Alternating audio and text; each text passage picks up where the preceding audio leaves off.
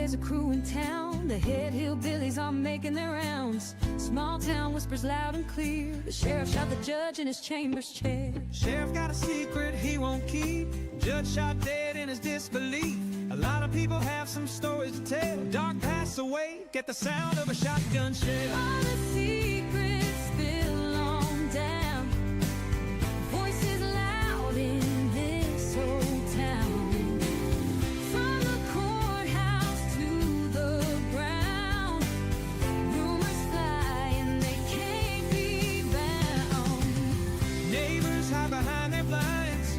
Whisper tales of troubled minds. Skeletons covering the mountainside. A treacherous reality in the pines. Winter reveals the hidden lies. Moonlight couldn't mask the cries. Shadows caught in sunlit skies. There's no cover, no disguise. All the secrets spill on down. Voices loud in this old town. From the courthouse to the ground. Rumors fly and they can't be bound.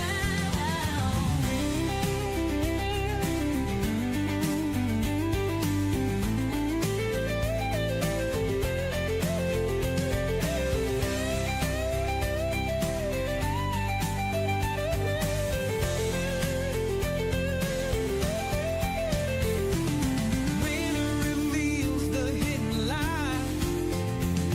Moonlight could mask their cries. Shadows caught in sunlit skies. There's no cover, no disguise. All the secrets spill on down. Voices loud in this old town. From the courthouse to the ground. Rumors fly and they can't be bound.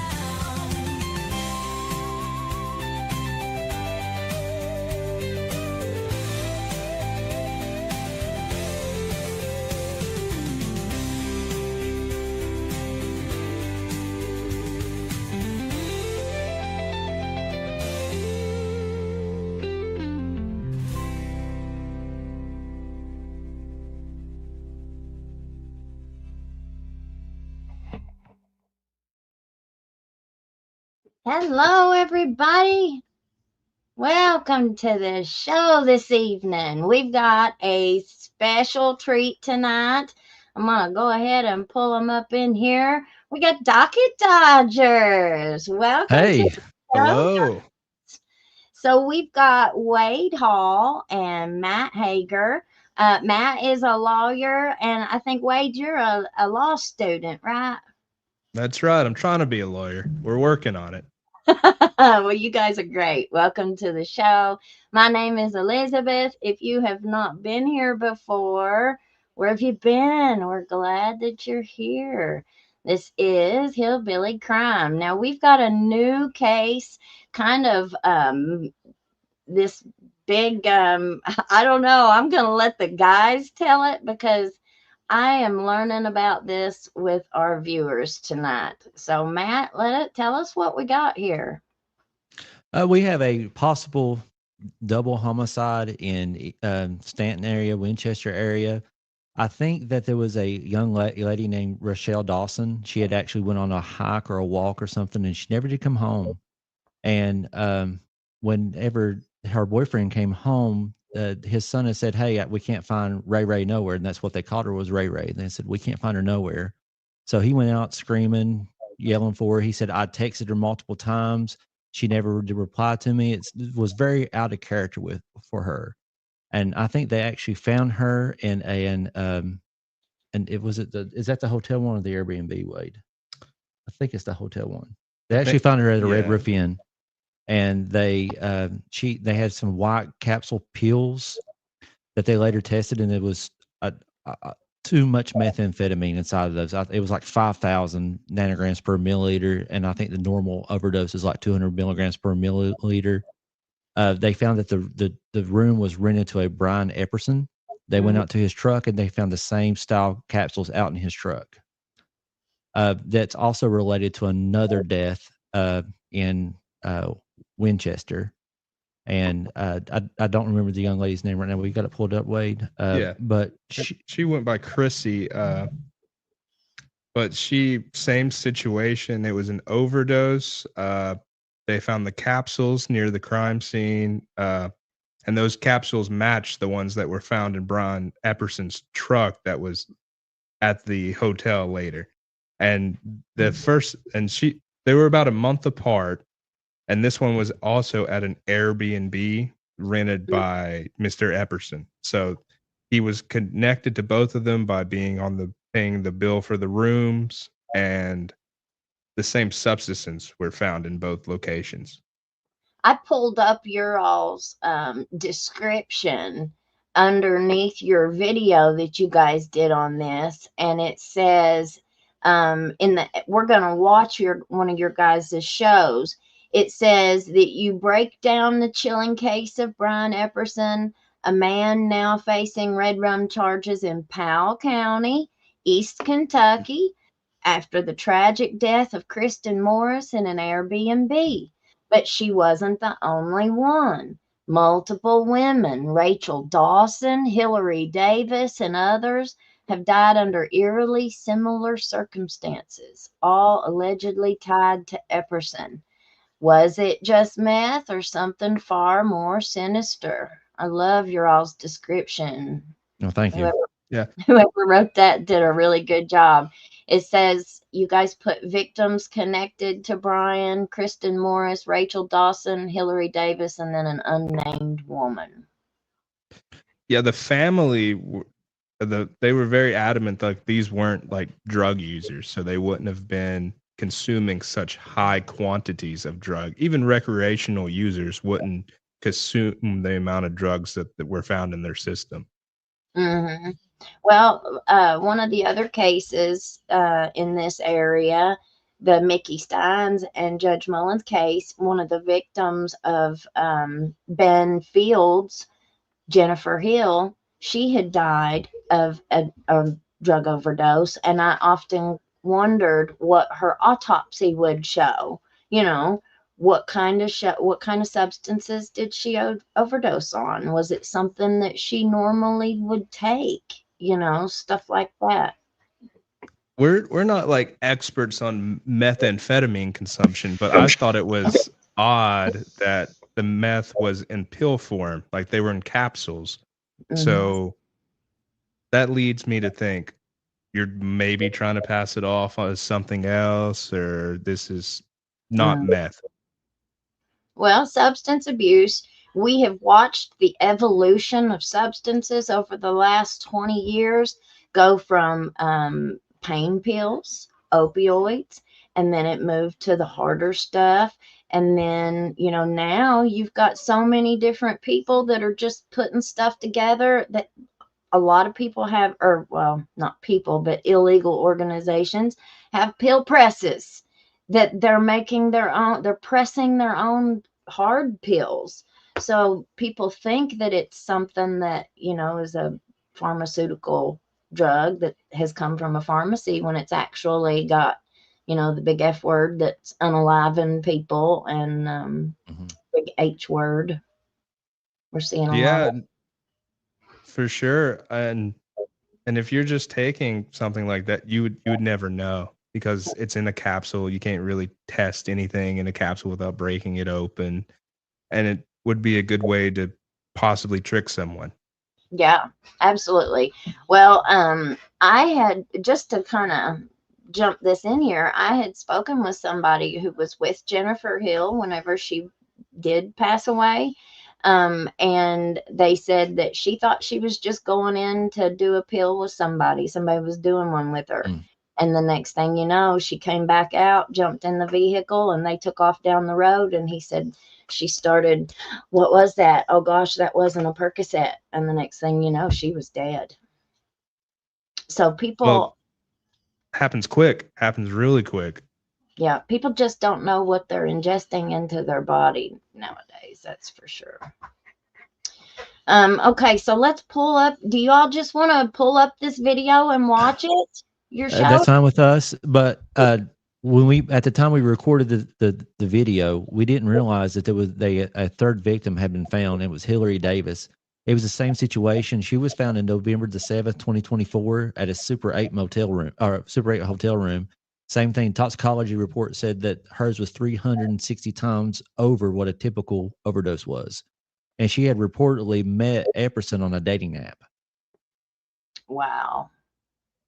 Wow. So, yeah, I wonder how many victims all together they'll end up linking to him. That's And you know, I hate to feel like I'm Nostradamus, but I kind of said on there. I wonder how many more are out there if these are just the ones we know about.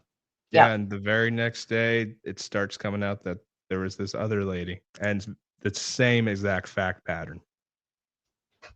Well, we'll see. Do you guys know when he first came on the radar? Well, that goes back quite a while, maybe a couple decades with his. Oh, Do we really? have that? Do we ever Yeah. find that? You want to pull it? Can we pull that up on your on our screen? Yeah, I So think you guys Yeah. have access to Okay. screen share Because too. we have some more information that we didn't have at the time we were recording the video. There's been more things to come out that we've uncovered since we've done that video, and we thought it'd be nice to share it with your guests here today. So we're gonna Yeah. when you edit to stage. I don't know. Is that it? Yeah. Yeah. Good. Let me pull down the video. It's kind of great. It's kind of grayed out, Elizabeth. It won't let us. See, let me pull this off and let me start. I think I was, yeah, now try it. Sorry, I had Add this. more stuff to it. Now try it, she said.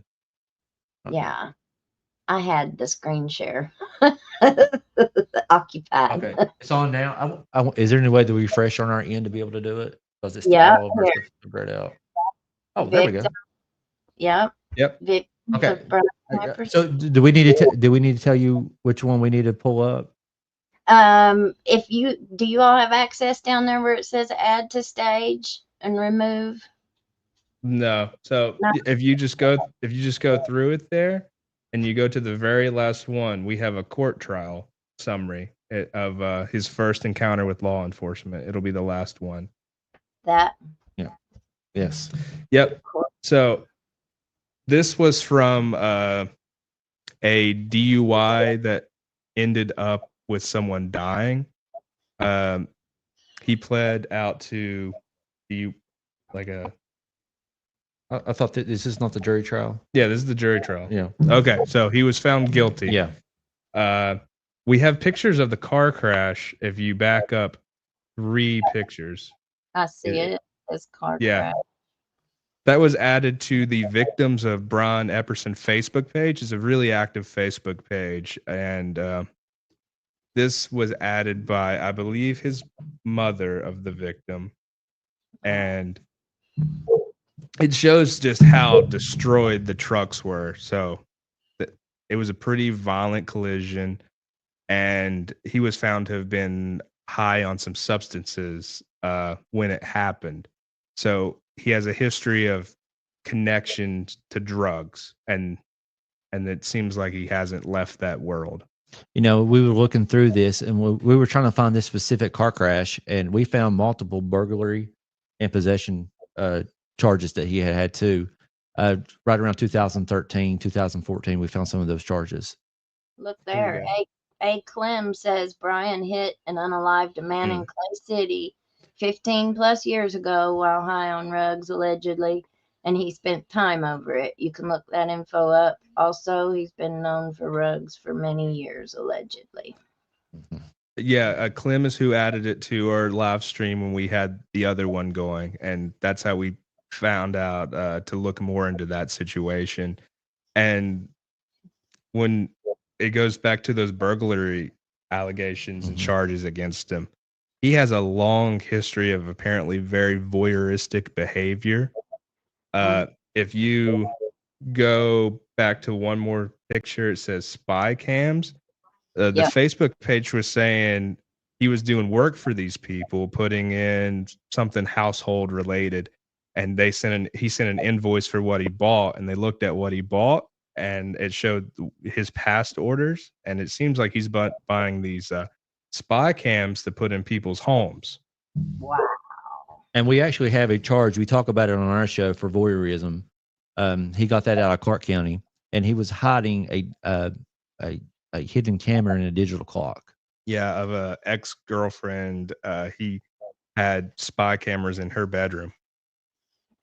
Well, there was another case. I can't think of the fella's name right now, but he had split up from his wife, and he put a listening device or a listening app on his kid's iPad as an app.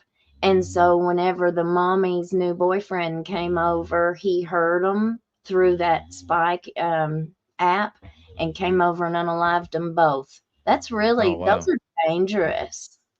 Those kinds of. Well, it just shows how comfortable he gets with invading people's personal space. If you're comfortable doing that, what else are you comfortable doing? Oh, yeah. Well, and technology has advanced so much. It's terrifying. We used to hear years ago, I don't know if you guys heard it or not, but like with your laptop, they'd tell you to put a piece of black tape or something over top of your webcam on your laptop because people could get into your camera that way. Well, now everything has a recording device and a camera on it. That's very scary, hacking into them. But this guy's actually putting them in people's places. Exactly. He worked as a handyman, so he was probably traveling across. The two murders were in different counties, and that's why some of the legal issues are. One county's already brought murder charges, and the other one they're probably waiting to see, gathering up information. They have time to bring it.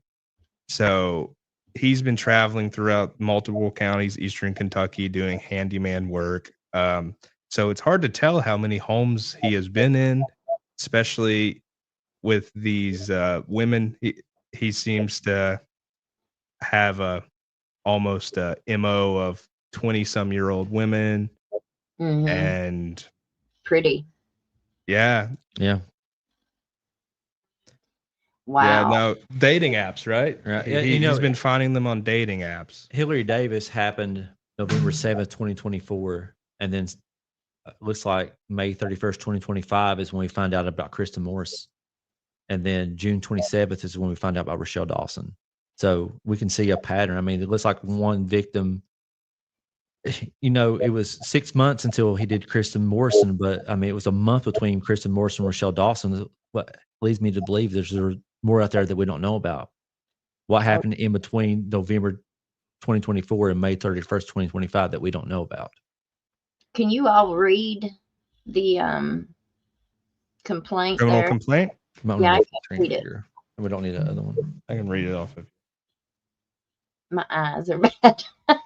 No, I got you. Getting old, guys.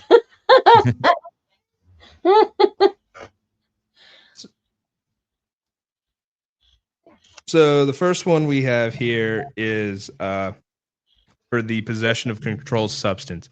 So on the murder charge, they had it as a sealed indictment, but the same facts were in this possession of controlled substance. If you switch to the other complaint I uploaded, that one is that it?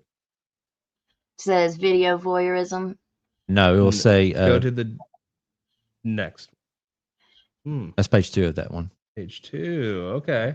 Maybe I didn't upload that one. I'll read it though. Okay, go ahead and just read it. They had the murder one sealed, but this position of controlled substance one they did not seal. So it was May 31st, 2025. Powell County coroner responded to a Patsy Road in Stanton, Kentucky. Upon their arrival, they found an unresponsive female by the name of Kristen Morris. Miss Morris was staying at an Airbnb that Brian Epperson had secured. Brian Epperson was present during this event, and the coroner located unknown tablets filled with an unknown substance. Upon receiving the toxicology report back at approximately 20 days after death, it was found Miss Morrison had suffered an overdose, with the nanograms per milliliter of blood being 57,000 plus. The medical examiner's office stated the typical overdose would be about 200 nanograms per milliliter of blood. The only thing in Miss Morrison's system was methamphetamine. This is when the coroner produced a Kentucky State Police Post 8 Detective Virgil Rucker with the evidence she had collected on May 31st. From the scene, Detective Rucker took possession of the evidence and placed it into the Kentucky State Police evidence in Moorhead, Kentucky. On June 27th, 2025, shortly after midnight, Winchester Police Department received a call of a missing person at the Red Roof Inn out of Irvine, Kentucky. The location was obtained using the Find My Phone software provided by family members. Upon investigating, it was found in the room the missing female was in, and it had been written by Brian Epperson. Upon entry into the room, the Winchester Police Department found an unresponsive female who was pronounced deceased shortly after. An officer investigated the crime. The same style capsules were located in a bag in Brian Epperson's truck, which was secured via a search warrant. Those tablets were consistent with the ones in Powell County, Kentucky, which contributed to the overdose of Kristen Morris, which he was also present for. Wow. Well, this makes me wonder too, just how many times people were categorized as just an overdose, and there wasn't any, people didn't look any further, because the stigma is so bad with substance abuse. It kind of just feels like, another one bites the dust. There's another number. Yep. Most drug users don't use alone, but they find most overdosed people alone. So it makes you wonder who was there, what happened. Yeah. And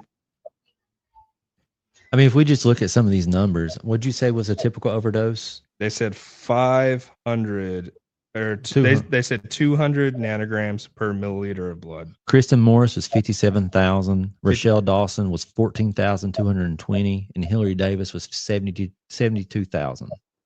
Wow. Yeah, those numbers are so much higher. Do you guys know, whenever they do an autopsy and an investigation, or in a death, when somebody overdoses, do you all know if they look at that kind of stuff? Like, I would say these numbers probably jumped out to them when they saw them. But I think the biggest thing was the capsules being located in the same place with the same, rented property. I think that's what really stood out the most. Mm-hmm. I'm not sure if they're always looking at the numbers of how much is in the bloodstream. that's kind of. Yeah.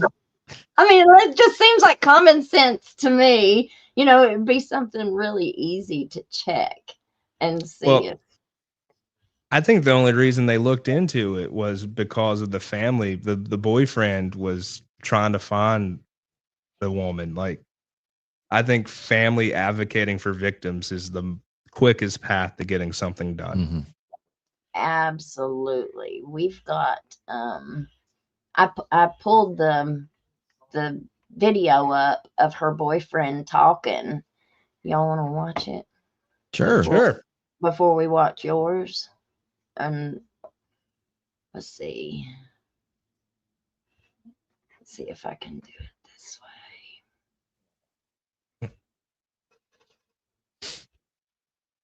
way. Man speaks on girlfriend. Let's see if I got it. Let me pull this one down. And then we're going to go watch your all's video. Oh, this is at the funeral, I believe. Okay, here we go.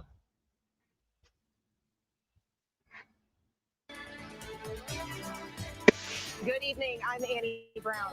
Not guilty. That was her. Brian Epperson is also charged with drug possession in connection to 2 separate overdose deaths. The boyfriend of one of the women has been speaking out on the justice he wants served, and he has a message to share. LAX 18's Kaylee Randall shares the new details in tonight's big story at 6. You are charged, sir, with murder. I had to watch them lower her down and the casket closed. While he's alive, he's breathing. 2 funerals in 1 week for 2 separate overdose deaths, one in Winchester and one in Stanton. 44-year-old Brian Epperson is charged with possession of a controlled substance. Pills that Winchester police say are connected to the death of 29-year-old Rochelle Dawson. And in 32-year-old Kristen Morris's case, Epperson is charged not only with possession, but also murder. He pleaded not guilty to that murder charge in Powell County Court Friday morning. Said, I just wanted to be in the courtroom. I've never heard Brian Epperson's voice, and I want to hear what this man sounds like. I need to hear the lies saying, pleading not guilty. You heard from Dawson's boyfriend, Caleb Thompson, yesterday about the devastating call he received that Rochelle had died and how he saw her for himself that same night. And that image I'll never get out of my head. I'll never get the image of that blue bag when they unzipped it and Rochelle was laying in it. I'll never get that out. According to a complaint warrant, Dawson was found dead in a room at a Red Roof Inn in Winchester on June 27th, which Epperson rented out. The police complaint reads that capsules were found in Epperson's truck at the Red Roof Inn, similar to ones police believed caused Morris's overdose death at an Airbnb in Stanton on May 31st. The same Airbnb police say Epperson rented out. Rochelle never did a hard drug in her life. She never did drugs in her life. She never did pills. She never did any type of powders in her life. She never did no type of drugs. Investigators have not confirmed any potential motives, but Thompson has his own suspicions. How can you not tell me that in less than a month, 2 women that are one is Spanish and one is black? Tell me how this is not a hate crime. I need Brian Epperson to be put away for literally the rest of his life. Epperson is scheduled for a preliminary hearing in Powell County on July 15th in Powell County. Wow. Okay. So then let's pull your alls up. Do you all have anything you want to say before we? Just that having someone go on the news like that is a motivating factor to get the legal system rolling. Mm-hmm. And what is it? The squeaky wheel gets the grease. Sometimes you got to keep on. Okay. Talking about Letcher County, the shooting of the sheriff in Letcher County, and now we had the Amber Spradlin case in Prestonsburg. I feel like we have another one close to home. We do, very close to us, about 2 hours away. Eastern Kentucky is a hotbed of drama recently, and now we have 2 murdered women and an alleged suspect in custody. Yeah, we have a double murder possibly going on. There's a Brian Epstein or Epperson that was charged. Don't want to see Epstein. No. We're probably already on a list now. Oh, no. All right. So we have a Brian Epperson, and I first seen about this case, Wade, on TikTok. A young woman in Irvine, which is really close to where these murders happened at, did a TikTok on it. So we're gonna play that TikTok for you now and let you see what we seen. 2 others have been found passed away here in Eastern Kentucky in Airbnb and a hotel room, both rented out by this guy. On June 27th, Rochelle Dawson went missing after going for a walk around 3:30 p.m. They live in like a really rural area, like they live on a 1-lane road out in the woods. Stepson couldn't find her, so her boyfriend Caleb texted her and said that he was going to Walmart. She didn't text back, which was really weird because she always texts back or returns calls. Caleb is actually my boyfriend's friend. This is all happening here in my hometown and in like the surrounding counties. He couldn't get a hold of her. He contacted police and her sister. Police were able to track her location to the Red Roof Inn in Winchester through the Find My Phone app that a family member had provided. During the police investigation, they had found out that 44-year-old Brian P. Epperson was the one who rented the hotel room at the Red Roof Inn in Winchester. He was also connected to another woman, 32-year-old Kristen Morris, who was found on May 31st, an Airbnb that Epperson had rented on Patsy Mountain. It's technically in Stanton, but pretty much in my hometown. He was arrested pretty quickly after they found Rochelle. He was only charged with possession. Both of these mothers passed away from ingesting too many controlled substances. I have to be careful with what I say on here or this video will get taken down. Go look up the news articles. All you gotta do is search Brian Epperson or Rochelle Dawson or Kristen Morris, and any of this will pop up. You'll be able to read all the details there. But Rochelle wasn't a drinker. She didn't smoke. She had never done any controlled substances before. That was very out of character for her. I don't know about the So let me ask you guys something. Is there the thought that he took her out of her home, or that he's kidnapped her? I don't know. I think they said that he went for a walk. She went for a walk. Is that what it is? Yeah, she went on a walk near her house Mhm. there, and they never saw her again. Where Um, she wasn't a he- drug user. Why would she have And- went with him? I know there's a lot of missing details there, and especially in a rural place. There's probably opportunity to get someone to get in a truck. I noticed that she said, I didn't notice when we first made the video, but she said they only charged him with possession. I think they were doing that to hold him until they could probably go talk to a Commonwealth attorney or something to see if they had enough evidence to go ahead and charge him with the red room. Mm-hmm. Yeah, I sometimes they. got to learn the YouTube lingo. Sometimes you'll catch on. Sometimes they'll do that, though, won't they? They'll charge something smaller just to hold them in jail long enough to where they can get enough evidence together to be able to charge them with red rum or something to that effect. So let me, I don't know how well you guys are familiar with Irvine, or Irvin, is what a lot of people call it. But it's a pretty rough place. I used to hang out there years ago Estill County. in my early 20s, and it is rough. Really, like, it's dangerous. The only time I've ever been to Estill County and through that area is that when you're on the Mount Parkway, it's a shortcut to go to Richmond by cutting through Estill County. That's the only time I've ever been to Estill County. Yep, it's right on the edge, the outskirts of Richmond, and there's a mountain. You can go up this mountain, and you talk about the town that time forgot. I mean, it's like 50 years ago. It's really wild to get back in some of these areas that aren't as modernized as the rest of the world.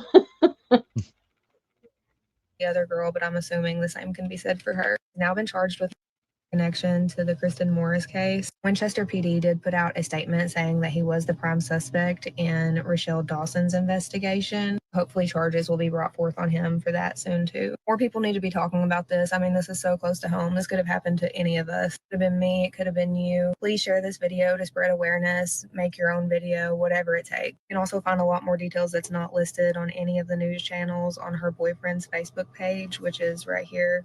So bad for him and his son. I cannot even imagine what they're going through. Son had just lost his mother recently, and now he's lost his stepmother too. She also raised and took care of her niece like she was her own daughter. Kristen Morris was a mother too. It's just so sad. Hopefully he has to spend the rest of his life in jail. So that's where I first found out about this case from, and we actually have some exclusive information, don't we, Wade? Yeah, we have the citations. They're known as uniform citations in Kentucky. We would call them a criminal complaint here in West Virginia. There's two incidents, really. You have the drug investigation, which is related to the murder. And when it comes to the murder indictment, that's sealed. So what exactly does that mean? Usually it's sealed before it's they'll seal an indictment before it's served. So a grand jury will meet, and sometimes if they're afraid it's a high profile case and they don't want the person to go on a run, they will seal the indictment until it's served. But I think in this case, it has been served. It's just that it's not probably scanned into the system yet where you or I can find it. Exactly. But in the drug possession case, it's alleged the women were killed by drug overdose. In the complaint, I'll read it to you here. It says, on May 31st, 2025, Powell County coroner responded to Stanton, Kentucky. Upon their arrival, they found an unresponsive female by the name of Kristen Morris. Miss Morris was staying at an Airbnb that Brian Epperson had secured. Brian Epperson was present during this event, and the coroner located unknown tablets filled with unknown substances. Upon receiving the toxicology report approximately 20 days after the death, it was found Miss Morris had suffered from an overdose, with her blood being at 57,000 plus on their measurements. The medical examiner's office stated the typical overdose would be approximately 200 nanograms per milliliter of blood. The only other thing in Miss Moore's system was methamphetamine. This was when the coroner produced the Kentucky State Police Post 8 Detective Virgil Rucker was with the evidence he'd collected from that scene. Mr. Rucker took possession of the evidence and placed it into the Kentucky State Police evidence in Moorhead, Kentucky. So it's saying the amount of drugs that were in her system is not a recreational user's amount, not that she took too much or something like it. Seems the amount she took, anyone would assume they would die from that amount of their system. And that was Morris, right? Was that the name of the victim in that one? Yes, it was a Miss Morris. So she was the girlfriend, and that was found in Stanton, Kentucky. Mm-hmm. And then not too far away in Winchester is where we have this other young lady that went missing. Yes, and we looked at the map. It was about a 25-minute drive down the road. And that was on June 27, 2025. Shortly after midnight, Winchester Police Department received a call of a missing person at the Red Roof Inn of Irvine, Kentucky. The location was obtained using the Find My iPhone software, which I keep on my phone. I think it's good to share your location with friends and family because, the government's already tracking you anyways. So maybe I missed, were they thinking that, were they saying that all three of them had met him on dating apps? The dating app I know was Hillary. She was the one last fall. They know that one for sure. Ray was the one walking, I believe. So I don't think there was a connection there. Oh, okay. And I'm not sure about the other one, but I would assume social media of some kind, but we're not certain on all the facts. Okay. So Go ahead, honey. I'm sorry. I was going to say where he did his handyman work, it was probably Facebook or something like that. He was connecting with a lot of people. Okay, so he was more. So there's just an endless possibility of ways that he was meeting these people. It wasn't like a one specific way, like a dating app he's meeting all of them on. He could have been meeting them as a handyman. He could have been meeting them any way. Well, we're going to find out more as this case goes on, because now they have probable cause, and they're probably going to search his cell phone. They're probably going to search his social media. They're probably going to have access to the dating apps. They're probably going to find more victims because of this. He's been arrested on this one case. So as we go through this case, we're going to get a lot more discovery. We're going to, and possibly they may be more victims. And if not victims, like you were talking about a pill pressing scheme, these drugs had to come from somewhere. That's and what my thing is, how did Brian Epperson know not to take these drugs? Because he's been around them 3 times now that we know about, and he's not unallied himself from it. So, so to me, he has knowledge of what they are. Yeah, and two, I don't know how deep they go on these kinds of things, but I mean, the kind of technology and testing that they have today, they can test that batch that he had that has killed all of these girls. Mm-hmm. They can test that and compare that to other substances that have been seized in the state, and see where it's all coming from. Like, where's this? Do you know what I'm saying? Like, yeah, they should have similar chemical markers, and however they uh, cut it up or whatever, it should be similar, and they should be able to tell. Not exactly, it's not like a bullet from a gun, but that this is a real close match. Yeah, and that it would at least show like a breadcrumb, you know, like where it's Yeah. going, traveling through. I don't know. I think about stuff like that all the time. Anything else And y'all want to say before I click it? well, just that Eastern Kentucky, like there's a lot of hollers up through there, a lot of places, and it's hard to tell. Like you said, are they tracking this? Are they keeping someone overdosed a year ago? Are they keeping that substance to test today to see if it matched? We don't know. They probably not. Well, I'm sure that there's a way that they can record. It's like it would be like a DNA, like a person's DNA, whatever numbers or whatever that they profile, like a person's DNA profile. They would be able to put together a rug profile, you know, of that specific sample. You know We'll what see I'm what saying? they got. Yeah. Yeah. Yep. Yep. Might as well let your friends and family know where you're at. Exactly. Upon investigating, it was found in the room the missing female was in and had been rented by Brian Epperson. Upon entry into the room, the Winchester Police Department found an unresponsive female who was pronounced deceased shortly after. As officers investigated that crime scene, the same style capsules were located.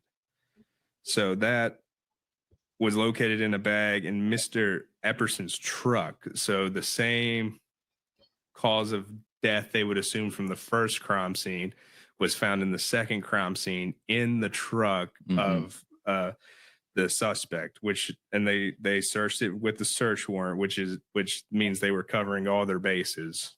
And those tablets were consistent with those in Powell County, which contributed to the overdose death of Kristen Morris. So that's showing he was connected. There's a connection there. And actually, we have I think this is Fox 56.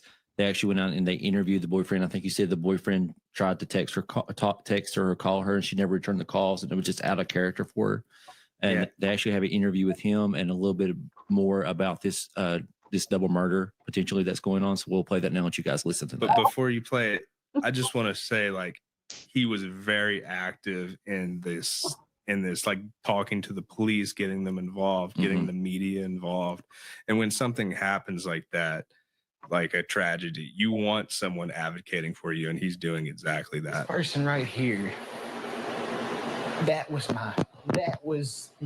who loved me. That's who accepted me, and that's who wanted to build a life with me. And I don't have that anymore. I have a piece of paper and ashes soon.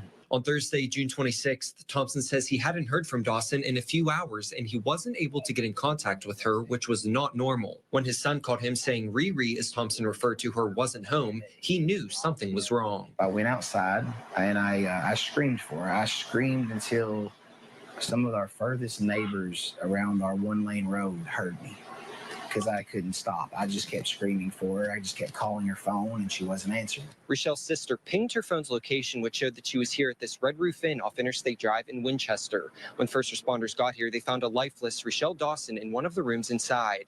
And according to authorities, that room was rented out by Brian Epperson. Epperson was arrested on June 27th and later charged with murder in connection with another death, the May 31st overdose of 32-year-old Kristen Morris, who was found dead inside a Powell County Airbnb. Investigators. So he was charged with the first woman's murder. Has he been charged with the second yet? I don't think so.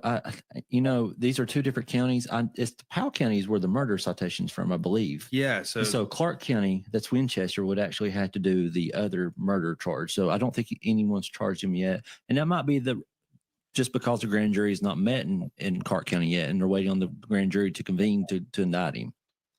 I was wondering when crimes that are so connected happen across county lines, does the prosecution work together? How How does that normally take place? I say that they'll do 2 separate trials in 2 separate jurisdictions, just for jurisdiction issues. He had these capsules of pills. That's not something I've normally seen in my experience of drug users having capsules of methamphetamine. No, I haven't either. And I thought that was odd. And just I don't know whether he was trying to tell these women that they were something else. Mm-hmm. And it's all allegedly. I mean, we don't know if Brian Epperson is innocent to proven guilty, but we're just speaking allegedly. I don't know if he was trying to convey to them that there was something else. We don't have any details about what color the capsules were or anything like that. So, but it's just odd, having methamphetamine in a pill. It is very odd. But having 2 people overdose on the drugs that were found in your truck, and Let me ask you guys something. Does that, I'm an addict in recovery, I guess is the best way to say it. Now, I never did, by the grace of God, I never did get on methamphetamine. But the way that they're talking about it being in those capsules and stuff, and just the way that, like, one of the girls, the victims, was not a drug user, it makes me wonder if they didn't possibly put them in capsules so it would be easier for them to dump in their drink or something. I thought that too, because I don't want to get on here and assume anyone is a drug user. I know they said that she's not, and I believe them when they said that she's not. It's just how did he execute this crime? And I guess that's going to come out more and more when we get discovery. But I mean, I've thought about the same thing that you thought about, that he may be using them to crush them up, to dissolve them in some sort of liquid. Yeah, and nobody would, you would never know it unless you're just taking a drink of something. So he never had an issue. Like, he has been involved with 3 overdoses, but he's never had an issue with these capsules. Yeah, he didn't overdose himself. Yeah. Have they said anything about him being an addict? Have they said how long? Has anybody said? Do you know? Well, other than that DUI crash about 10 years ago, I would assume about his conditions of release, he would have to take drug screenings and things like that. But since he has access to these capsules, he's probably still could be using. And if that's wouldn't that be considered his medical information too? That stuff would be all protected by HIPAA, wouldn't it? Unless not if it's discovery in a criminal case, they can subpoena those records and get them. But with those DUI case that Wade was referring to, it wasn't for drinking. It's not what the DUI was. It was for, they had possession on there. And I can't remember exactly the drug that was on the possession. The Facebook comments were saying like 6 different kinds, but Right. that's Facebook comments, so take that for how you will. Interesting. He looks awful rough. He looks like he's been on a bender for a while in that mugshot. That's a tough mugshot. Yeah. That's a hard 44 years. Yes. Both to an Airbnb and a hotel room. Mm-hmm. That's a strong case for the prosecution there, and that's a lot to lean upon somebody. This is just enough for probable cause, and it's enough for beyond a reasonable doubt, I think, at this point. But we're really early in this, and this is not all the evidence that they're going to discover. They're going to get into his cell phone. They'll get his cell phone data. They'll see all his movements and where he was at, and they'll tie him to this crime. Do you think this will go to a trial, Wade? Well, it depends. Kentucky's a death penalty state, is it not? Yeah. And so if they're wanting a death penalty, we might see 2 murder trials coming up high profile pretty soon in Kentucky with the other murder trials we have coming up in Eastern Kentucky. Normally on these things, when the evidence from the beginning looks so strong, people tend to look towards a plea deal. Mm-hmm. And to deal with 2 trials, he's going to have maybe the same lawyer for both, but I would assume different. Yeah, most of the time in Kentucky, in West Virginia, each circuit has their own public defender office. In Kentucky, they're actually grouped by trial divisions, and the trial division will take in a couple counties. And I don't know whether Stanton, which is Powell County, and Winchester, which is Clark County, I don't know if they're in the same trial division or not, but I would imagine a high-profile case like this, you want the same attorney, or at least them working together on these cases. I would think so too, but if he has records of buying an Airbnb here, buying a hotel here, he had a truck, this would imply this is a person of means, and they might not necessarily qualify for a public defender. Oh yeah, and you said something that just caught. I want to my talk about that right attention there. For a second.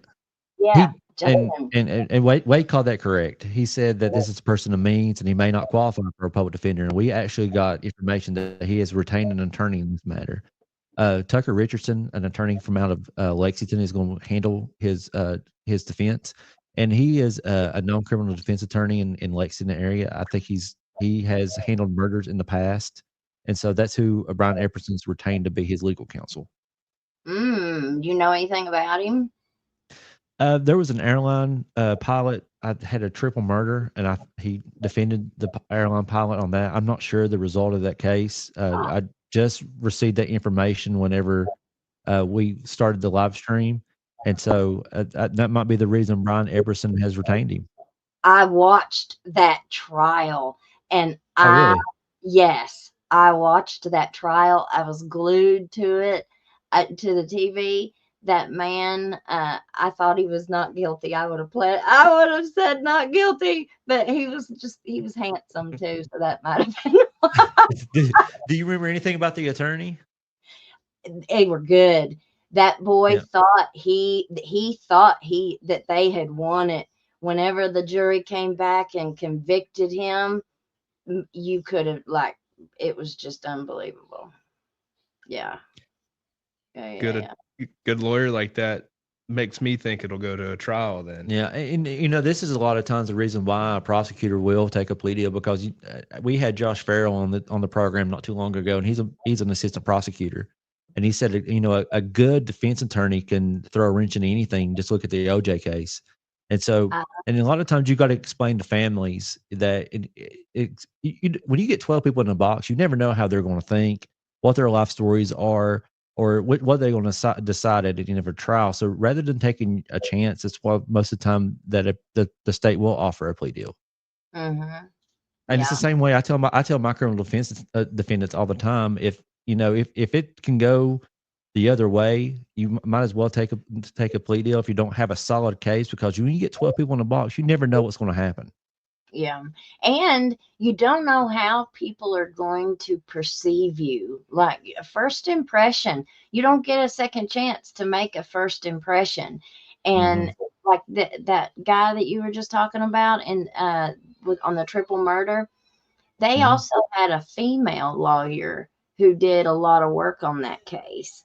And you could see her and this guy, the defendant, were very flirty with each other, very flirty throughout the entire trial.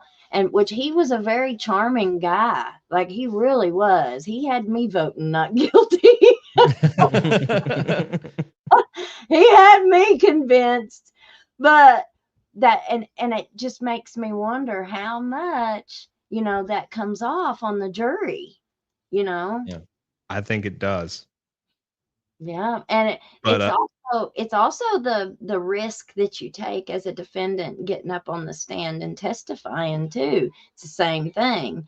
You might think that you're really charming and you're a very convincing liar, but you get up on the stand and start talking, and the rest of them are like, man, I see right through you. Yeah, most of the time, narcissistic people don't realize that people can see through their BS. And most of the time, when you get a defendant that wants to go up on the stand and talk, that's someone that's really sure of themselves, and probably in most cases too sure of themselves. I always recommend it's the state's burden to make their case. It's not on you. That's the reason why you need to remain silent. It's on them to prove their case. If you get on the stand, you help them prove their case. Yeah. Don't self snitch. Bruce Rivers. That's right. But Go ahead. I was gonna say I don't think Epperson has that boy charm to get him out of trouble. No, he don't. He looks like one I don't want to meet up with in the dark alley. I know. That's what I said. He's 44 years old. That's been a really rough 44 years. Yeah. Well, and the chemicals that they're putting in this stuff, Mhm. you guys. So that answers my question right there. People cannot hide it. Once they start doing methamphetamine, it comes out in the skin. It comes out, their skin color just turns like a grayish color. And that's another defense, for those, well, not defense, but something we look at when we look at the pictures of those 3 young ladies that, they're on all over as their victims. They are very beautiful girls. Yes. I mean, they don't look like they're on meth. They're very beautiful. They're well kept from good families, it seems, that are advocating for them. They have jobs, no real trouble out of them. So that's a very strong victim. That, like, when you have those victim statements in court, like, you have people there that'll sway a jury. Well, that's one thing that we hear. Killers that are convicted already, that are already serving time. I've heard several of them say, I tried to pick people who wouldn't be missed, people who didn't have family, people who didn't have a job, people who didn't have kids. They didn't have anywhere to be, so nobody was expecting them home at a certain time. He chose victims that people just weren't missing. And so, I think that's a great point that you made there. They did not fit that mold, that drug addict It seems mold. like even with the voyeurism charge, it seems like we have a predator, kind of, in a way. He was targeting these beautiful women. He targeted the wrong one because her old man was right on it.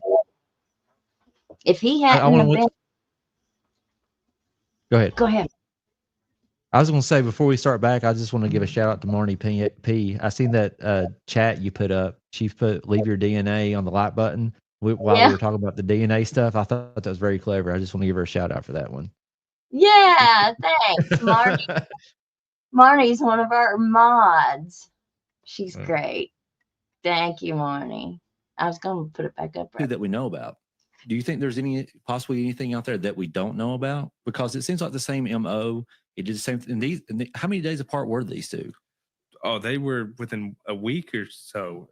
June, at least a month. Yeah, at least a month. At least a month of each other. So we're seeing a pattern. Did we have a possible maybe serial killer on our hands? Do you want to throw the video back up on the screen? Oh, there you go. Sorry, dude. Thanks. If it was an accident, allegedly, if someone passes away, accidental drug use, you're not going to give someone you care about that same batch of drugs, right? Yeah. So if it's known to be a drug that's going to kill somebody, and you just keep it around and you give it to someone else, looks intentional. It does look intentional, because the numbers that they were saying in the criminal complaint were well beyond normal levels. And here's another thing you got to think about. Was he taking the same capsules? What was the reason why he didn't pass away? Because he wasn't taking those capsules. It seems like he knew not to take them. Possibly. When you're arrested in Kentucky, do you undergo any sort of tox screenings, drug testing? I'm not sure. I know in West Virginia, where me and you primarily practice, when you go into Southwestern Regional Jail or one of the regional jails, they will give you a tox screen immediately, what's in your system. But I'm not too sure about Kentucky. I'm going to stop it right there and answer that question. So, all right. Used to, they did not do this. I don't know if it's a county or a jail policy, so it could be either way. But somebody reached out to me not long ago and said that they had served a lot of time in the Leslie County Jail where Mickey Steins is being held. And they said that every single time you get booked into that jail, they give you a urine test. And so they record your urine screen. So that does at least give us a little bit of hope that if we see any of the discovery out of the Mickey Steins case, at least we'll see what he tested for on his urine screen whenever he went into the Leslie County Jail. So I don't know about any other jails, but I know Leslie County Jail pees everybody as they get booked in. So in Kentucky, you guys have county jail systems, which we used to have. Like the county would operate a jail, sheriff would do it. But we switched over to a regional jail system. So you have a couple of counties sharing a jail. So in Kentucky, it's county by county. Then you have some counties like you have Johnson County, Martin County, and I think Lawrence County. They come together and they're the big Sandy jail. But you know, each one of those counties run an individual jailer, and even though that jailer may not have duties other than transporting a prisoner to their court hearings in their respective counties, they really don't have any other job duties because they come together and they have their own like regional jail, kind of like we have. But those three counties are paying for that regional jail. Gotcha. Wow. Now, they had built a new jail in Harlan County Jail. Now, I had been to the old jail several times myself, but then whenever they built the new one, I've never had the pleasure of going there. But I don't know. I think it's just Harlan County. I'm pretty sure it's just Harlan County. It's just different towns, that they use for it. But I wonder I bet they probably have more of those that, like what you were saying, had the three counties. Yeah, I'm sure you got several small counties that get together and they cooperate because running a jail is a huge expense to a county. Oh yeah. I know Pike County Jail benefits from holding federal prisoners for the federal courthouse there. That they get the federal money for doing that. But I mean, when you go to the Pike County Jail, it's booked. I mean, it's packed out in there. That place is a madhouse. Don't go to. Somebody had just told me, like last week, about the Pike County Jail that they had put in a bid or something, or had applied to start housing federal inmates, but their problem with it, the person that was telling me about it, was they're already overcrowded. Like, yeah, there's a lot of people there. Yeah. How are you going to apply to bring federal inmates and then triple and quadruple over capacity? So I bet that really is a madhouse, ain't it? You think about Pike County, you think about US 23 runs right through the heart of it. And so you get a lot of them picking people up just for the US 23 being there. Because that's a major road and it goes right through the heart of Pikeville. I mean, it goes right through Pikeville. It goes through Pikeville to Prestonsburg, where we have the Amber Spradling case, and then it goes up to this neck of the woods. And it goes Virginia, and then you can take the exit and go right to Whitesburg.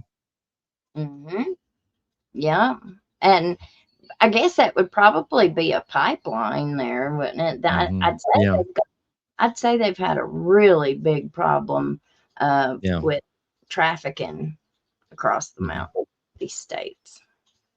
Well, Matt said 23 was the most dangerous road in the country at one point. When I was growing up, I always did hear that all the people that I grew up around, all the old timers used to tell you that 23 was one of the most deadliest roads in America. I never did any independent research on it or not, but I mean, that's all I heard was one of the deadliest roads. Interesting. Well, the old roads were a lot worse than the new roads. For sure. And cut off. I mean, they're like this all the way down. Oh yeah. I lived in a place where I had to go over 3 mountains just to get to civilization at one time. Yeah.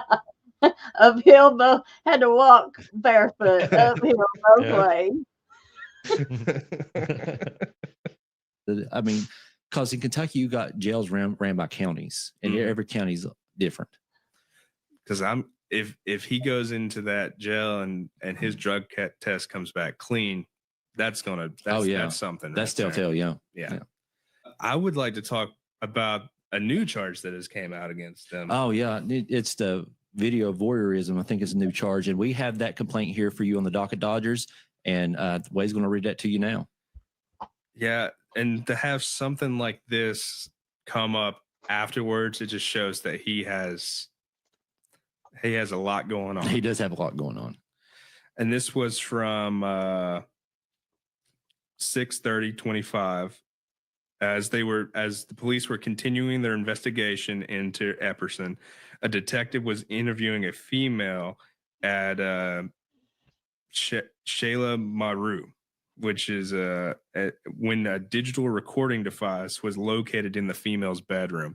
So the recording device was a fake digital clock. So on the outside, it looked like a digital clock, but there was a camera underneath the plastic glass plating. And this is a different woman, is that correct? This is a different woman. This would be, I believe, a former girlfriend of his, or someone he had access to their bedroom. Inside, it was a hidden audio and video port, and a search found an SD card. And the female respondent could be seen doing sexual things on the video, and it was taken without her consent or knowledge. And the digital clock stored data, what we could assume was data collected until it was found, which could have been a while. And it says he was a previous live-in boyfriend of the victim, but had been removed from the residence for over a month. Mm-hmm. So there's no telling how long he had that clock there. And is that the only camera? Is this? Could he have been doing this in all kinds of places? We say that it's at the only camera, and then we get on the victims of Brian Epperson's Facebook page, and we see that if you can pull it back up there, those outlet plugs that have cameras on them, that they supposedly invoice other people. Yeah, he was going out doing contracting work for other people, and then when the people will get their invoices, those receptacles will be on the invoice, and those are, I guess, have a hidden camera on the inside of them.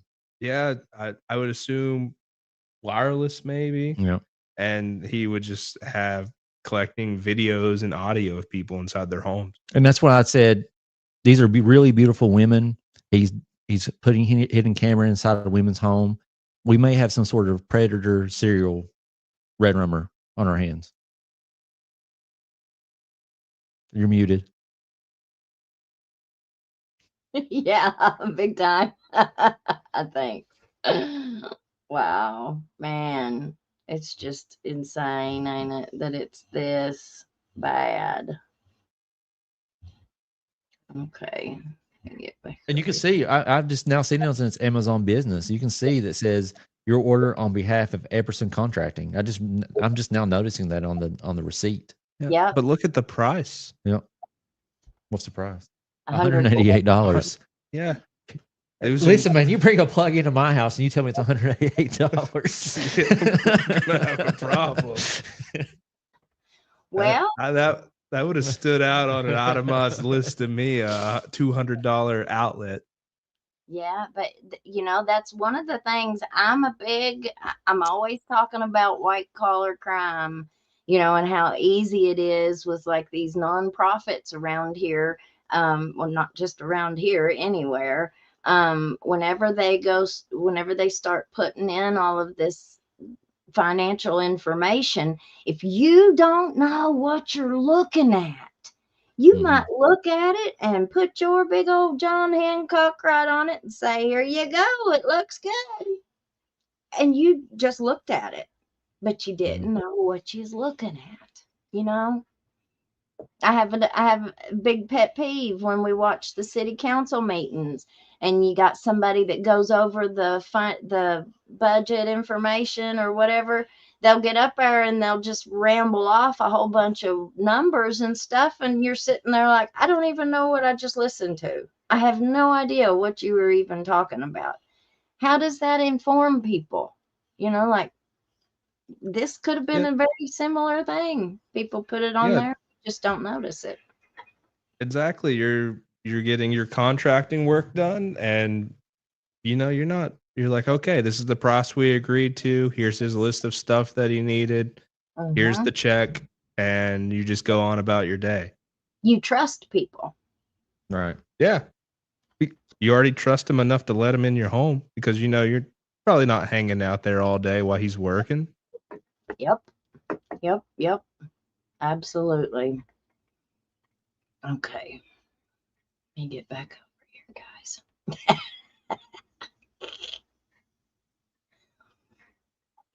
So right now they haven't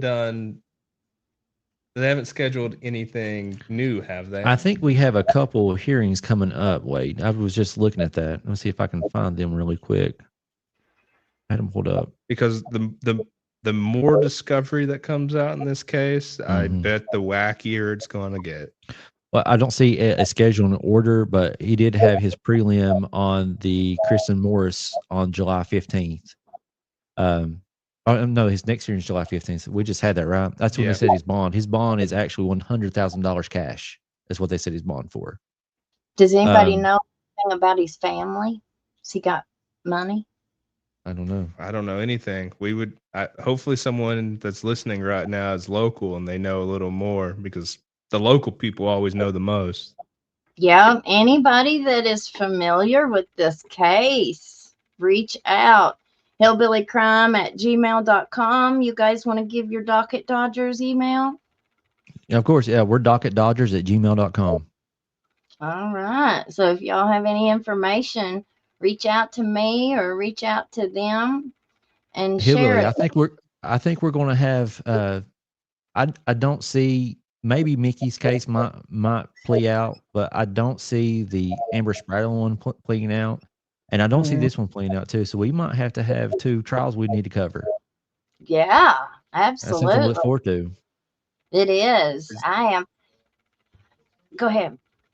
I was going to say the Amber Spradlin one, they already got the broadcasting deal worked out. Eastern Kentucky Mountaintop Media. Mountaintop Media is going to do it, so we should have access to it and be able to comment over it. What they'll actually do, they're the pool, and if you're a journalist, they're supposed to give you that pool ID number that you can tap into their main feed and rebroadcast it. Awesome. So we'll have to do that.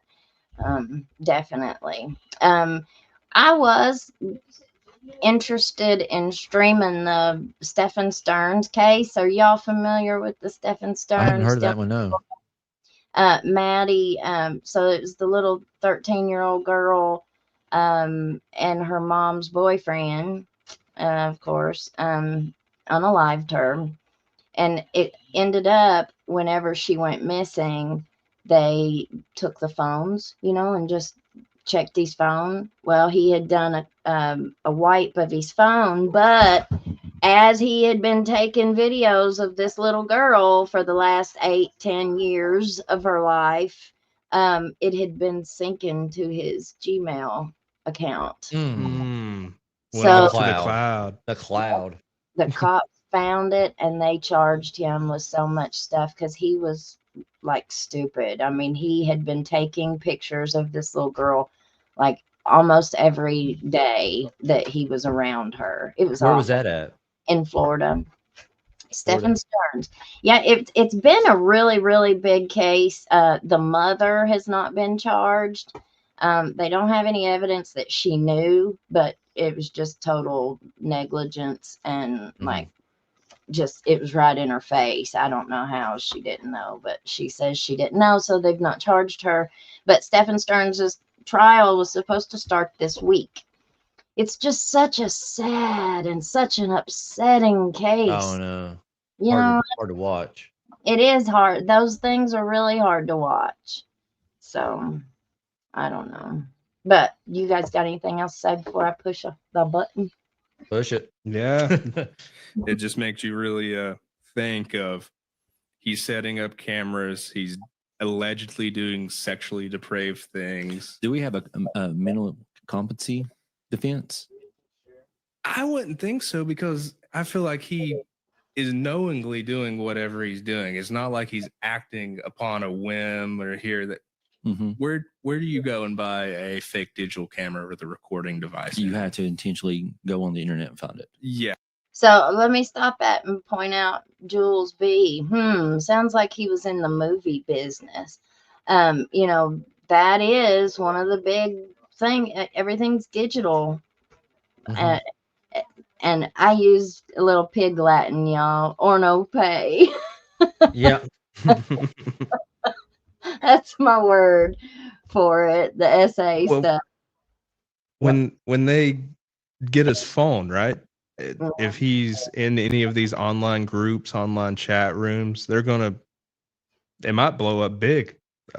You know, but and I'm just thinking about that too. You say the movie business, and what Jules says to trigger something to me, that some of these OrnoPay places, they let you, that when you upload a video, you get AdSense kind of like you do on YouTube. So is he making money off of it? Right. That was what I was thinking. Yeah. There's so much money involved in this stuff. You know, sex trafficking is a very, you know, lucrative. Yeah. Thank you. Business. And now everything is digital. So a few weeks ago, one of my neighbors found a piece of paper blowing in the wind out in the grass out here in the yard, and picked it up, and it was a picture. It was a OrnoPay picture. And I thought, she ended up throwing it away, but we were all like, how would you even get a physical print of something like that these days? You know, like everything is digital. If you was to send a photographs in through Walmart or something like that, they'd call the police. You can't, Right. you can't hide that stuff anymore. Like, I just don't. You'd have to have that room in there. You'd have to have a whole photo set up in your home to get away with something like that. Now it's all digital on laptops and phones. And there's red flags nowadays. I realize it probably wasn't in this case done this way, but like I tell my kids and my kids' friends, we're raising boys, you know, and I'm like, don't you ever think that just because nobody's got your password, that anything you're doing on that phone is not caught. Like if you search up something bad, that's bad like that, or no pay bad, that's going to trigger a flag, and that's going to go to the Office of Exploited and Missing Children, or whatever that office is.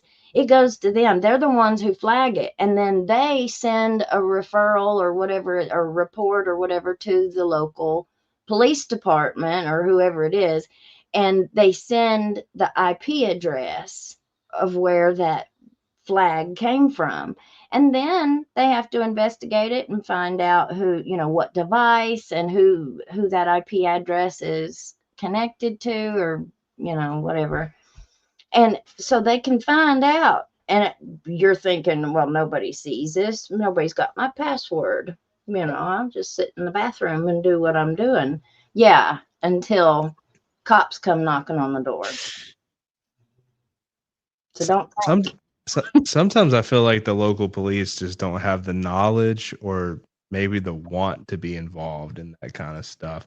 When we see like the higher profile like crimes like that, it's always federal, wouldn't you say? Well, I was going to say we actually had one at the local, our local jurisdiction. We had one of those, the Center for Exploited Children. They actually sent one to our state police barrack here, and we had an investigation that I know about. Are you how is it in West Virginia? Because I can tell you here in Kentucky, the sentencing guidelines are just whack.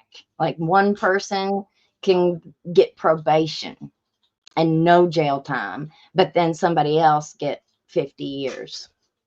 I will say this about our local prosecutor's office. We have a couple of assistant prosecutors that normally take those type of cases, and they are really strict. I mean, you get a case like that, they want to see you under the jail. And the way the statute reads in West Virginia is that every second or 10 seconds, I can't remember exactly, of a video that is watched, that's how many photos, equivalent to how many photos. It's like 500,000. And that's what they charge you with. They charge you with how many photos you have on your device. So if you're watching a video, every second counts as a photo almost. You're getting the max. Like any video is like the max sentence. Yeah. Frame by frame. I got you. Got you. Well, that's good to know. That's good to know. I don't think, like you said, I don't think that we have enough training, and I just don't think we have enough experience or in those roles, in those local roles. But it's new. It's coming to them so quickly, you know, like they never took computer science classes. Go to your local police station and ask them what an IP address is and see what you get. Exactly. But who are in our political roles? A lot of these people are like in their 80s, their 70s, their 80s. You know, Mitch McConnell. I mean, he's stroking out on TV. You know, I mean, you know what I'm saying? They're just old. Like they're so far, they're so much older than the technology and stuff, and the modernization of everything. Like, I just don't think. I think we need term limits. Preach. I think most Americans agree with that term limit. Yeah, get them out of there. They should not. I mean, we shouldn't have to wait until they're in the grave before they're out of there. They were supposed to retire from a job 15 years ago, and now they're voting on the most important things in the country. They're well past their retirement age. And our politicians shouldn't be getting rich in office. Like, we should not be making a career politician. I just don't feel that way. I want to get rich too. Let me Exactly. Like, if you're a manic person, depraved, like you're acting irrationally in the moment, this is not something you can like run down to the store and buy. You know, something else we need to talk about too is we have 2 murder cases going on in 2 different jurisdictions. Let's say Clark County picks up a murder, the murder charge, and they're like, okay, if you go ahead and plea and we don't go to trial, we're going to take the death penalty off the table. Something that he has to think about, and his defense team's got to think about, is that if he takes that plea and say that Stanton, Powell County wants to seek the death penalty, now they have a prior guilty plea that they'll be able to use. Usually you can't use prior crimes, but this is showing motive and intent. It's so connected. It's so connected, yeah. And that's why I think that the other county's waiting to bring the charges. They want to see how it's going to play out, and they have time to they wait. have plenty of time, yeah. Because he's not going anywhere. No. He's not getting out of jail. So when it comes to getting out on bond, on bail, what are the factors that like a judge would consider? Most of the time, the pretrial services are going to evaluate that individual, and they're going to look at 2 factors. They're going to look at the dangerousness to the community, and I think you have a lot of that in this case, and the likelihood of flight. I know if I'm facing 2 murder charges and a voyeurism charge, I'm probably going to head for the hills. Exactly. You're going to get out of that hang 'em high southern state, right? Yeah. But when it comes to the prosecutor in either county, I think the community is big behind keep him locked up, and I don't think the prosecutor in either county would budge. But this has been a real interesting case. We're right at the beginning of it, so there's going to be a lot to come up. He hasn't been arraigned in that second murder yet, hasn't even brought charges. They're going to be a lot of pretrial motions and discovery and all of that to come out. So let me ask you guys a question. We're at the end of that. With like discovery, I was very, very surprised that we got as much video and stuff with the Mickey Steins case as what we've gotten. Do you think that we'll get stuff in this case before the trial? Normally you don't get discovery until someone's indicted. I don't know what's the particular reason why they were letting the Mickey Stein stuff out early. Do you know? I don't know.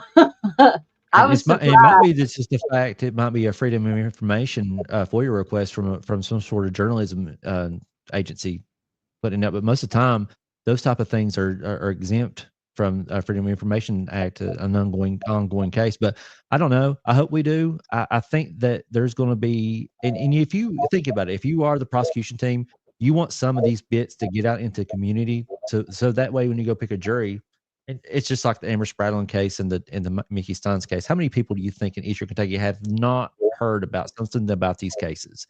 I will say everybody has. And so you want that. You want that out in the community. If I'm a prosecutor, you want that out in the community. You just don't want to pick a jury that's already made their mind up. Yeah. That's going to be very interesting how that works. I thought that you didn't get stuff like this until after there was a resolution of a case. I didn't think you got anything before, something had happened. But with all the Mickey Steins video, it's got. We see that in the Kohlberger case, the Brian Kohlberger case. They just lifted they had a gag order in that, so they were preventing both sides from releasing information. I mean, when you get something in discovery, there's nothing that says you can't release it. But they actually had a gag order. What was it? There's a proper word for that. I can't remember the proper word for that. A non-something. A non-disclosure. Or no, it starts with an S. Non-dissemination. Yeah, agreement or order in there where no one could just disclose anything that was going on in that case. Yeah, nobody can disclose anything. Yeah, but Amazon had their documentary ready to go. They did. They had it. I've already watched it. Listen, my wife. I sat down yesterday and watched all 4 episodes. Oh, my wife is really into the Brian Kohlberger. Well, I watched that hearing, and the judge asked if there was any reason why he shouldn't go ahead and lift that.